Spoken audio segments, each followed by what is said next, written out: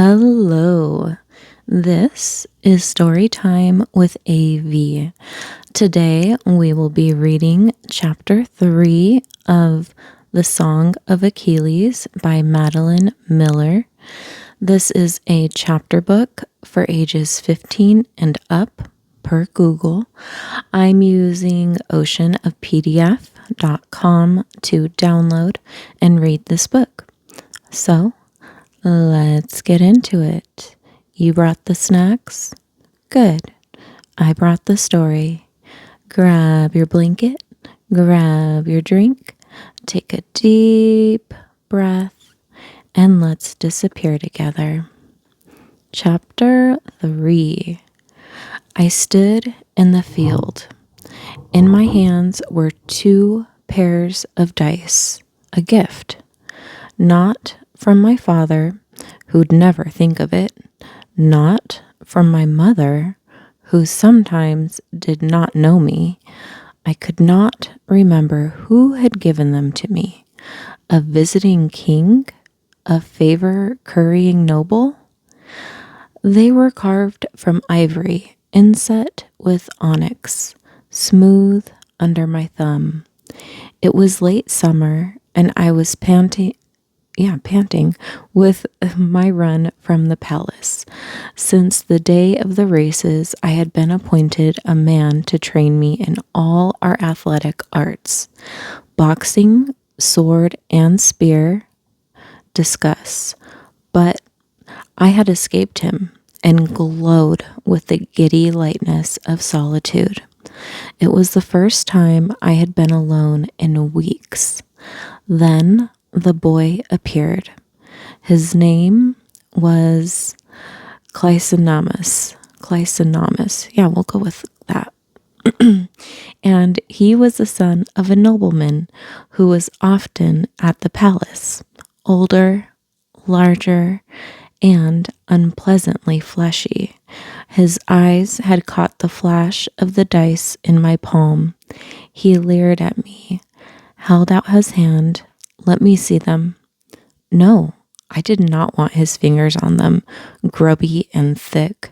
And I was the prince, however small. Did I not even have this right? But these noble sons were used to me doing what they wished.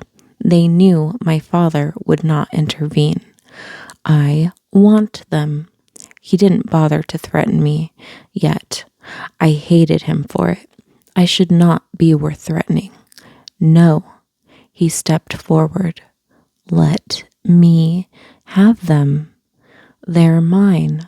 I grew teeth. I snapped like the dogs who fight for our table scraps. He reached to take them, and I shoved him backwards. He stumbled, and I was glad. He would not get what was mine. Hey, he was angry. I was so small. I was rumored to be simple. If he backed down now, it would be a dishonor. He advanced on me, face red. Without meaning to, I stepped back. He smirked then. Coward. I'm no coward. My voice rose, and my skin went hot. Your father thinks you are. His words were deliberate, as if he were savoring them. I heard him tell my father so. He did not, but I knew he had. The boy stepped closer. He lifted a fist. Are you calling me a liar? I knew that he would hit me now. He was just waiting for an excuse. I could imagine the way my father would have said it. Coward. I planted my hands on his chest and shoved as hard as I could. Our land was one of grass and wheat. Tumbles should not hurt. I am making excuses. It was also a land of rocks. His head thudded dully against stone, and I saw the surprised pop of his eyes. The ground around him began to bleed. I stared, my throat closing in horror at what I had done. I had not seen the death of a human before. Yes, the bulls and the goats, even the bloodless gasping fish. And I had seen it in the paintings, tapestry, the black figures burned on our platters. But I had not seen this, the rattle of it, the choke and scrabble, the smell of the flux. I fled. Sometime later, they found me by the gnarled ankles of an olive tree. I was limp and pale, surrounded by my own vomit. The dice were gone, lost in my fight. My father stared down at me angrily, his lips drawn back to show his yellowing teeth. He gestured, and the servants lifted me and carried me inside. The boy's family demanded immediate exile or death.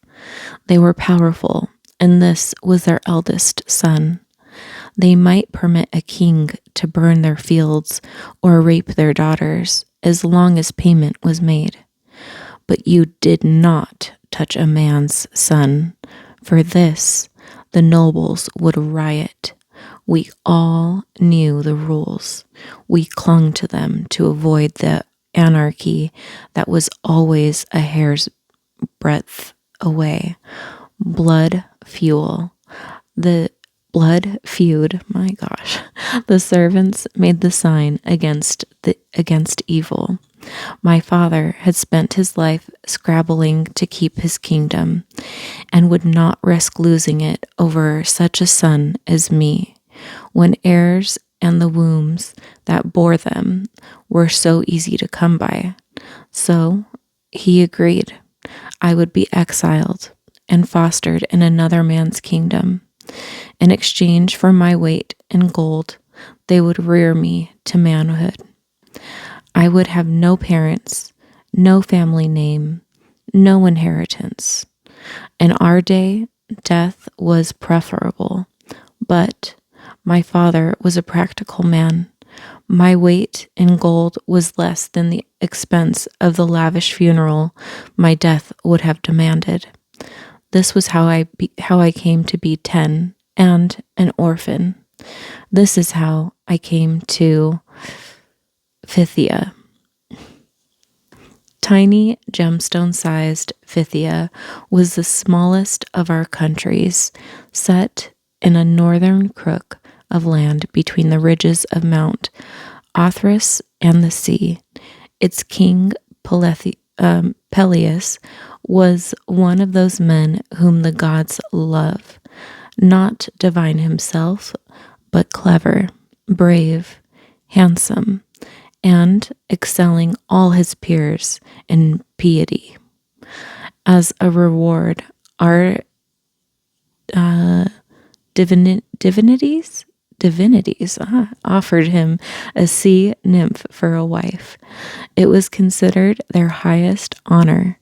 After all, what mortal would not want to bed a goddess and sire a son from her? Divine blood purified our muddy race, bred heroes from dust and clay, and this goddess brought a greater promise still. The fates had foretold that her son would far surpass his father. Peleus's line would be assured, but like all God's gifts, there was an edge to it. The goddess herself was unwilling. Everyone, even I, had heard the story of Thetis's ravishment. The gods had led Peleus to the secret place where she liked to sit upon the beach. They had warned him not to waste time with overtures. She would never consent to marriage with a mortal.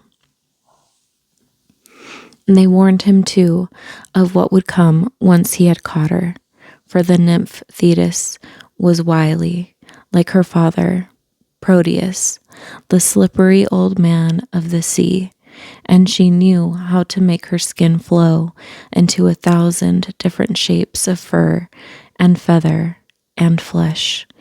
And though beaks and claws and teeth and coils and stinging tails would flay him, still Peleus must not let her go. Peleus was obedient man and did all the gods had instructed him to do. He waited for her to emerge from the slate-colored waves, hair black and long as a horse's tail. Then he seized her, holding on despite her violent struggles, squeezing until they were both exhausted, breathless, and sand-scraped. The blood from the wounds she had given him mixed with the smears of lost maidenhood on her thighs. Her resistance mattered no longer. A deflowering was as binding as marriage vows. The gods forced her to swear that she would stay with her mortal husband for at least a year, and she served her time on earth as the duty it was, silent, unresponsive, and sullen. Now, when he clasped her, she did not bother to writhe and twist in protest. Instead, she lay stiff and silent, damp and chilled as an old fish. Her reluctant womb bore only a single child. The hour her sentence was finished, she ran out of the house and dove back into the sea. She would return only to visit the boy, never for any other reason, and never for long. The rest of the time the child was raised by tutors and nurses and overseen by Poynix. We'll go with Phoenix, Peleus's most trusted counselor. Did Peleus ever regret the god's gift to him? An ordinary wife would have counted herself lucky to find a husband with Peleus's mildness, his smile lined-faced. But for the sea nymph, Thetis, nothing could ever eclipse the stain of his dirty, mortal mediocrity. I was led through the palace by a servant whose name I had not caught. Perhaps he had not said it. The halls were smaller than at home, as if restrained by the modesty of the kingdom they governed. The walls and floors were local marble, whiter than what was found in the south. My feet were dark against its pallor. I had nothing with me. My few belongings were being carried to my room, and the gold my father sent was on its way to the treasury. I had felt a strange panic as I was parted from it. It had been my companion for the weeks of travel, a reminder of my worth. I knew its contents by heart now. The 5 goblets with engraved stems, a heavy-knobbed scepter, and beaten gold necklace, 2 ornamental statues of birds, and a carved lyre, gilded at its tips. This last, I knew, was cheating. Wood was cheap and plentiful and heavy and took up space that should have been used for gold. Yet the lyre was so beautiful, no one could object to it. It had been a piece of my mother's dowry. As we rode, I would reach back into my saddlebags to stroke the polished wood. I guessed that I was being led to the throne room, where I would kneel and pour out my gratitude. But the servant stopped suddenly at a side door. King Peleus was absent, he told me, so I would present myself before his son instead. I was unnerved. This was not what I had prepared myself for. The dutiful words I'd practiced on donkey back. Peleus's son. I could still remember the dark wreath against his bright hair the way his pink soles had flashed along the track. That is what a son should be. He was lying on his back on a wide, pillowed bench, balancing a lyre on his stomach. Idly, he plucked at it. He did not hear me enter, or he did not choose to look. This is how I first began to understand my place here. Until this moment, I had been a prince, expected and announced. Now, I was negligible. I took another step forward, scuffing my feet, and his head lolled to the side to regard me. In the 5 years since I had seen him, he had outgrown his babyish roundness. I gaped at the cold shock of his beauty, deep green eyes, features fine as a girl's. It struck from me a sudden, springing dislike. I had not changed so much, nor so well. He yawned, his eyes heavy-lidded. "What's your name?" His kingdom was half, a quarter, an eighth the size of my father's, and I had killed a boy and been exiled, and still he did not know me. I ground my jaw shut and would not speak. He asked again, louder, "What's your name?" My silence was excusable for the first time. Perhaps I had not heard him. Now it was not. Patroclus. It was the name my father had given me, hopefully, but injustly, at my birth, and it tasted of bitterness on my tongue. Honor of the father, it meant. I waited for him to make a joke out of it, some witty jape about my disgrace. He did not. Perhaps, I thought, he was too stupid to. He rolled onto his side to face me. A stray lock of gold fell half into his eyes, and he blew it away. "My name is Achilles." I jerked my chin up an inch in bare acknowledgement. We regarded each other for a moment. Then he blinked and yawned again. His mouth cracked wide as a cat's. "Welcome to Phlythia." I had been raised in a court and knew dismissal when I heard it. I discovered that afternoon that I was not the only foster child of Peleus. The modest king turned out to be rich in cast-off sons. He had once been a runaway himself, it was rumored, and had a reputation for charity towards exiles. My bed was a pallet in a long barrack-style room, filled with other boys tussling and lounging. A servant showed me where my things had been put. A few boys lifted their heads, stared. I am sure one of them spoke to me, asked my name. I'm sure I gave it. They returned to their games, no one important. I walked stiff-legged to my pallet and waited for dinner. We were summoned to eat at dusk by a bell. Bronze struck from deep in the palace's turnings. The boys dropped their games and tumbled out into the hallways. The complex was built like a rabbit warren, full of twisting corridors and sudden inner rooms. I nearly tripped over the heels of the boy in front of me, fearful of being left behind and lost. The room for meals was a long hall at the front of the palace, its windows opening onto Mount Othrey's foothills. It was large enough to feed all of us many times over. Peleus was a king who liked to host and entertain. We sat on its oak wood benches at tables that were scratched from years of clattering plates. The food was simple but plentiful, salted fish and thick bread served with herbed cheese.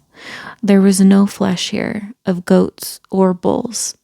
That was only for royalty or festival days. Across the room, I caught the flash of bright hair in lamplight. Achilles. He sat with a group of boys whose mouths were wide with laughter at something he'd said or done. That is what a prince should be. I stared down at my bread, its coarse grains that rubbed rough against my fingers. After supper, we were allowed to do as we liked. Some boys were gathering in a corner for a game. "Do you want to play?" one asked. His hair still hung in childhood curls. He was younger than I was. "Play?" "Dice." He opened his hands to show them, carved bone flecked with black dye. I stepped backwards. "No," I said too loudly. He blinked in surprise. "All right," he shrugged, and he was gone. That night, I dreamed of the dead boy, his skull cracked like an egg against the ground. He has followed me. The blood spreads, dark as spilled wine. His eyes open, and his mouth begins to move. I clap my hands over my ears. The voices of the dead were said to have the power to make the living mad. I must not hear him speak. I woke in terror, hoping I had not screamed aloud. The pinpricks of stars outside the window were the only light. There was no moon I could see. My breathing was harsh in the silence, and the marsh reed ticking of the mattress crackled softly beneath me, rubbing its thin fingers against my back. The presence of the other boys did not comfort me. Our dead come for their vengeance regardless of witnesses. The stars turned, and somewhere the room crept across the sky. When my eyes dragged closed again, he was waiting for me still, covered in blood, his face as pale as bone. Of course he was. No soul wished to be sent early to the endless gloom of our underworld. Exile must satisfy the anger of the living, but it did not appease the dead. I woke, sandy-eyed, my limbs heavy and dull. The other boys surged around me, dressing for breakfast, eager for the day. Word had spread quickly of my strangeness, and the younger boy did not approach me again with dice or anything else. At breakfast, my fingers pushed bread between my lips, and my throat swallowed. Milk was poured for me. I drank it. Afterwards, we were led into the dusty sun of the practice yards for training in spear and sword. Here is where I tasted the full truth of Peleus's kindness. Well trained, indebted, but we would only one day make him a fine army. I was given a spear, and a calloused hand corrected my grip, then corrected it again. I threw and grazed the edge of the oak tree target. The master blew out a breath and passed me a second spear. My eyes traveled over the other boys, searching for Peleus's son. He was not there. I sighted once more at the oak, its bark pitted and cracked, oozing sap from punctures I threw. The sun drove high, then higher still. My throat grew dry and hot, scratched with burning dust. When the masters released us, most of the boys fled to the beach, where small breezes still stirred.